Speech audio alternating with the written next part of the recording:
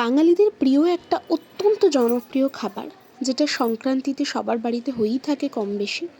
তার জন্য 400 গ্রাম চাল, তোমরা যে চালের ভাত খাও সেই চাল, আর 200 গ্রাম বিউলির ডাল সারা রাত ভিজিয়ে নিতে হবে। তারপর একটা মিক্সির জারে 2টো কাঁচা লঙ্কা, তোমরা তোমাদের পরিমাণ মতো ঝালটা দেবে কম বেশি, আর 1 ইঞ্চি আদা দিয়ে ভালো করে পেস্ট করে নিতে হবে।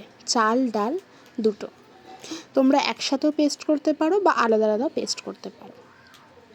তোমাদের তো নামটা বলাই হলো না, আজকে বানাতে চলেছে মা বানাচ্ছে সরু চাটনি।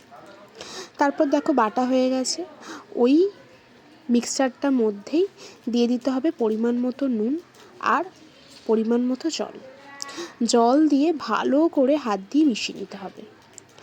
তারপরে তেল ব্রাশ করার জন্য তো তেল হালকা মা ওই বেগুনের বোটার সাহায্যে তেলটা দিয়ে আর ওই গোলাটা দিয়ে দিয়েছে, দিয়ে একদম পাতলা করে বিছিয়ে দিতে হবে। এরকম একটা চ্যাপ্টা মতো হাতা নেবে, নিয়ে ভালো করে বিছিয়ে দেবে। তারপর 2 থেকে 3 মিনিট পর আস্তে আস্তে সাইড থেকে ছাড়িয়ে নেবে। দেখো কত জালি জালি হয়েছে,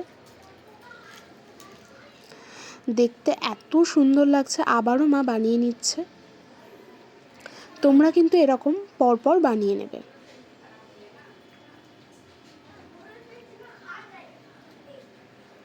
বা তোমরা বাটির সাহায্যও তোমরা করতে পারো, তোমাদের কাছে যদি ওই চ্যাপটা হাতাটা না থাকে বাটির সাহায্য গোল করে দিয়ে দিতে পারো, খুব সুন্দর হয়, দুটোতেই খুব ভালো হয়। দেখো কতটা সুন্দর লাগছে। আমার তো ভিডিওটা এডিট করতে করতেই আবারও খিদে পেয়ে গেল, আরও খেতে ইচ্ছা করছে।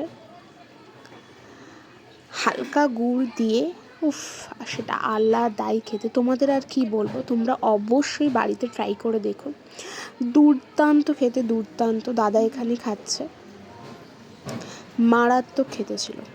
তোমরা অবশ্যই বাড়িতে বানিয়ে দেখো, ভালো লাগলে like comment share and subscribe করে দেবে।